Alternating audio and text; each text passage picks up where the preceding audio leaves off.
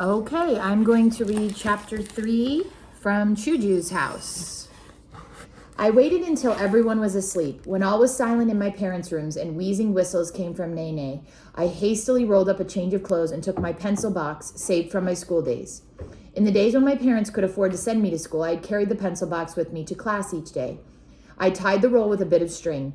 I had a little pile of yuan I was saving in case the day should come when Papa would change his mind about blue jeans. I kissed Hua's cheek lightly. She stirred in her sleep and I held my breath, but she did not awaken. On the courtyard table, I placed a note I had written earlier. Only Baba would be able to read it. I had made it simple, for there were many characters Baba did not know. Honored parents, now you have only one daughter. A son may yet come. Your miserable Chuju. When I reached the edge of our courtyard, I stopped. In making my plans, I had traveled no farther than this. As I stood there, uncertain of where to go, my Yi-Yi's words came back to me. There is no end to where the river can take you. I hurried along the moonlit path to the deserted village where the stalls were shuttered like so many closed eyes. I kept to the shadows. A woman disappeared around a corner. A man on a bicycle passed me. Then I was alone. When there are many people about, you are safely hidden in a crowd. Now all the things I feared but could not put a name to were watching me. At last I came to the river, where a little gathering of fishing boats was tied to the shore. One of the boats had a lantern, and the others were dark. Tied to the fishing boats were small boats, each with a heap of netting. At daybreak, the boats would pull up their anchors and move up or down the river to a place of good fishing. I wished I might go with one of the fishermen, but surely he would have nothing to do with the taking of a strange girl onto his boat.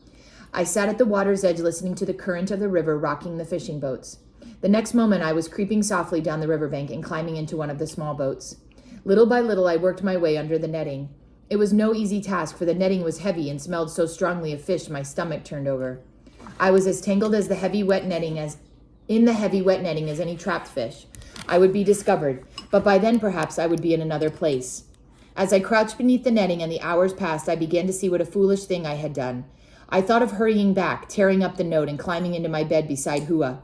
I peeked out and saw along the edge of the dark sky the thin, bright line of the coming morning. The next moment I had heard a stirring in the fishing boat. A boy with his back to me was peeing over the edge into the water. Hastily, I ducked back under the netting. Moments later, the boats came alive. There was calling back and forth. I heard the thud of the anchor dropping, and suddenly the fishing boat with the small boat attached and me in it began to move downstream.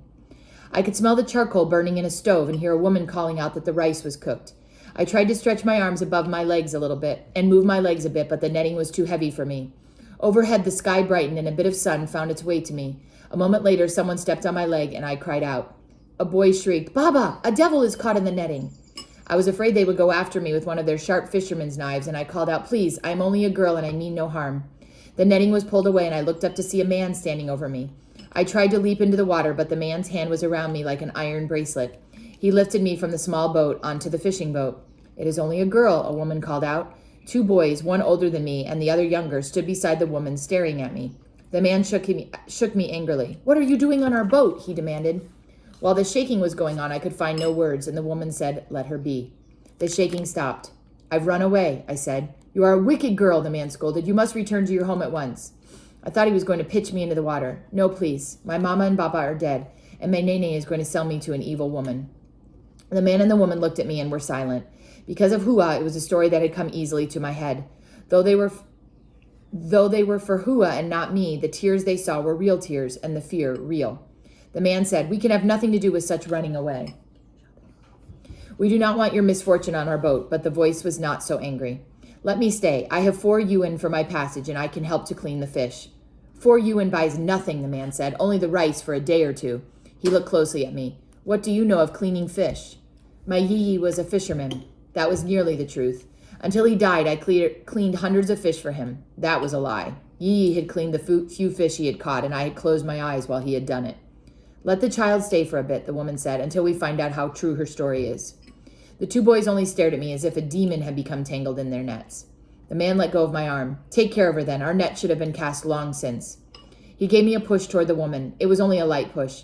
The anger on his face was gone. He was a strong, stocky man, but I guessed that he would not use the strength unfairly. With the small boat trailing, we drifted down the river. When man was satisfied, he dropped the anchor. The fishing boat remained moored while the 2 boys, keeping as far from me as they could, joined their father in the small boat where I had hidden. A moment later, they were moving down the river, the man standing at the back of the boat working the oars.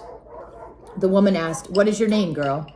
I had used up all my lies, and only the truth came out. "Chuju," I said.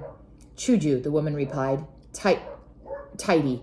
Let us hope you live up to your name. I am Yi, and my husband is Wu. The older boy is Bo, and the younger Zong.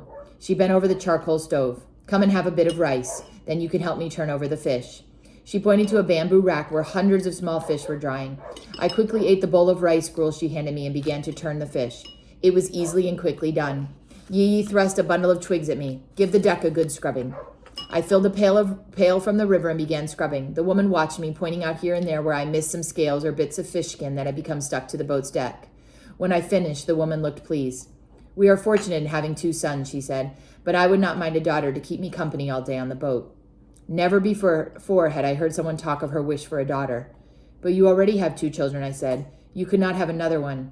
No, she said quickly. It is only something I think of from time to time. She gathered up some netting and began to mend a tear. I watched how clever her fingers were at making knots. Is that something I could learn, I asked. She looked at me for a moment. Why not? I don't believe you are a stupid girl. I felt very stupid indeed, for my fingers were so clumsy that I only made the tears larger. No, watch me, Yi said. There was no impatience in her voice, only a little amusement. We worked all morning on the knots, stopping at noon for a bit of rice and fish. My knots were never like Yi's, but in one way or another I mended the tears. Though I had all my worries of leaving Mama and Papa and Hua, and though I did not know at what moment I would be sent from the boat, still, sitting there on the boat was pleasant.